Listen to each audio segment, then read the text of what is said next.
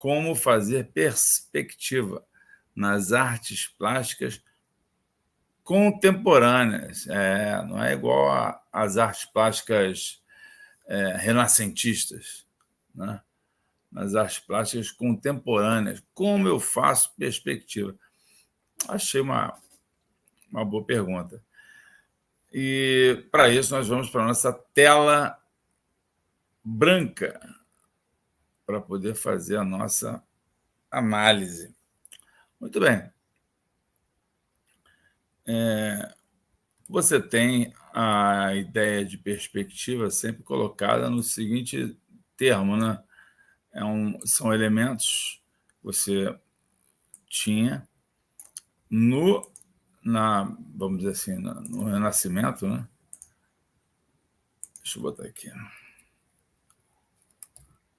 A perspectiva no Renascimento, né?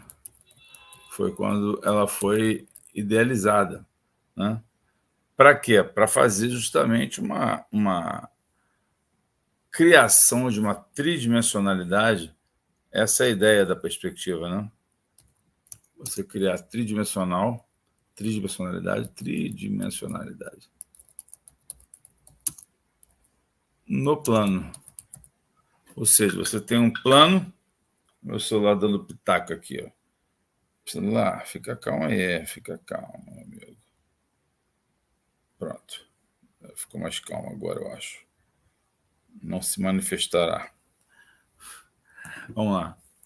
Tridimensionalidade no plano, falava eu. Isso foi vamos dizer assim, uma prática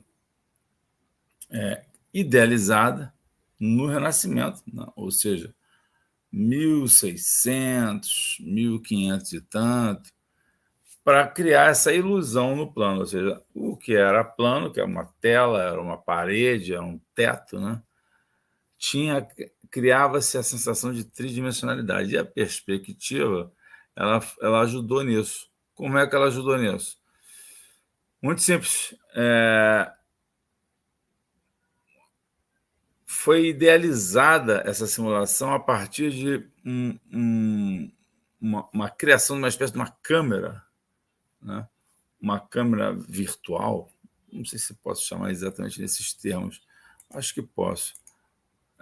Onde se tinha, por exemplo, só para a gente lembrar, né? A linha de fuga. Essa aqui ficou bem fininha, vou aumentar um pouquinho isso aqui, porque senão não dá, né?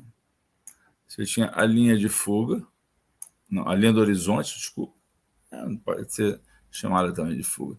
Tem o ponto de fuga, isso sim, é o ponto de fuga, PF, né? E tudo que você tem aqui significa que você tem o seu olho, a sua altura está relacionada com a linha de fuga. Nós estamos vendo esse horizonte aqui, é tudo relacionado à linha de fuga. E o ponto de fuga também é o ponto para onde convergem todas as linhas, todos os elementos, todos os olhares, e etc. Epa, essa aqui não ficou tão boa, né? Assim, por exemplo, só para dar um exemplo, tá? Eu estou desenhando com o mouse, tá? Então vocês vão entender que não está tão fiel assim, mas não tem problema, só para ter uma ideia. Ó, a gente faz uma caixa aqui, ó. Uma caixa usando as...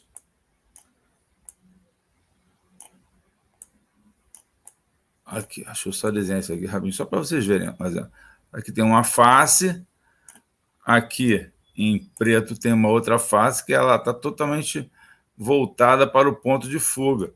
Ó, o ponto de fuga está lá, e essa face está, né, toda direcionada. Essas faces aqui são verticais. Enfim, eu estou dando um exemplo básico de uma perspectivação com um ponto de fuga. É importante dizer isso. E foram criadas muitas maneiras de representar, né, a perspectiva. Essa é uma básica, uma delas, né?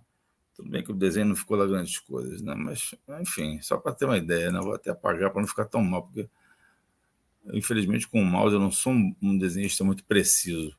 Acho até que podem ser coisas incríveis, com liberdade, né? Mas fazer assim com precisão não é meu forte no mouse. Veja, Essa tridimensionalidade foi muito útil para o povo todo do Renascimento, e depois maneirismo, e depois barroco, e depois assim vai sucedendo, rococó, romantismo. A história da arte demonstra isso aí largamente. Chega uma hora que a perspectiva passa a não ser tão útil, não ser tão necessária.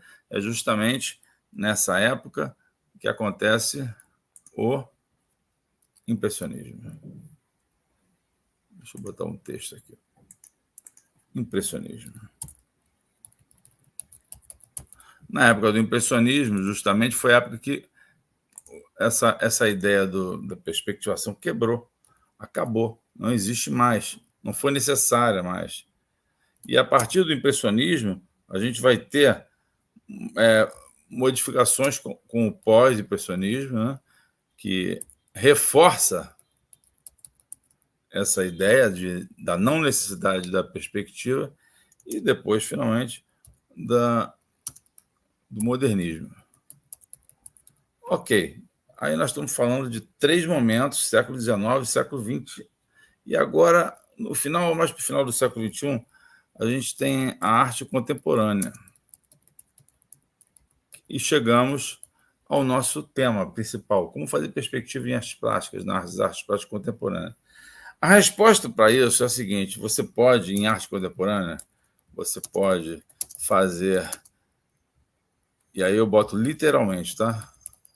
Não é modo de falar, é literalmente o que você desejar, pois a utilização da perspectiva ou de qualquer outra coisa, ou de qualquer outra técnica,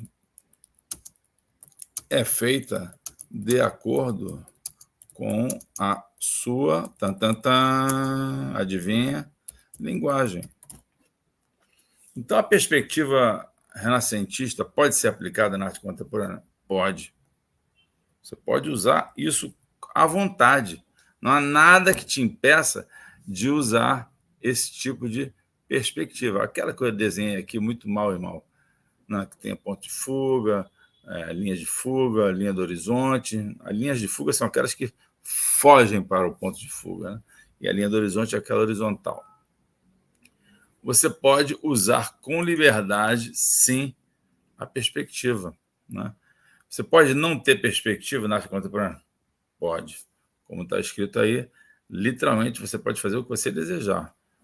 A utilização de perspectiva ou outra técnica é totalmente livre, feita de acordo com a sua linguagem. Isso é que caracteriza a arte contemporânea.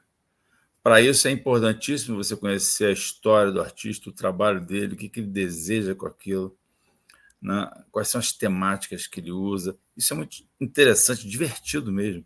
Aí você conhece um cara que embrulha o Reichstag, como o Cristo e a Jeanne Claude. Qual é o motivo que levou ele a fazer isso? Que tipo de motivação o levou a fazer isso, né? Da mesma forma, você também já tem esse início de pesquisa no impressionismo. Você vai parar e vai ver, por exemplo, o parlamento inglês foi pintado por Monet dezenas de vezes. Por quê? Porque ele tinha uma intenção ali de pesquisa, tinha uma pesquisa em arte. Então, tudo se inicia realmente no impressionismo, essa modificação. Tem uma espécie de um apogeu no modernismo, e nas artes contemporâneas se estabelece de uma maneira bastante nítida essa característica de que tudo é possível se for de acordo com a nossa linguagem. Tá bom?